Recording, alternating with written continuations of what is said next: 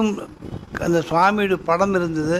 சுவாமியுடைய படத்துக்கு டெய்லி கற்பூரம் காமிச்சு அதுக்கு வேணுங்கிறத பூஜையெல்லாம் முடிச்சுட்டு உட்காந்து நாமா சொல்லிட்டு இருப்பேன். அப்போது நிச்சயப்படி பூஜையெல்லாம் பண்ணுவேன்.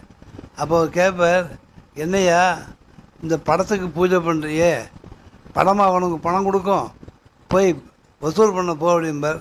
வசூல் பண்ண போனால் காசு கிடைக்கிற.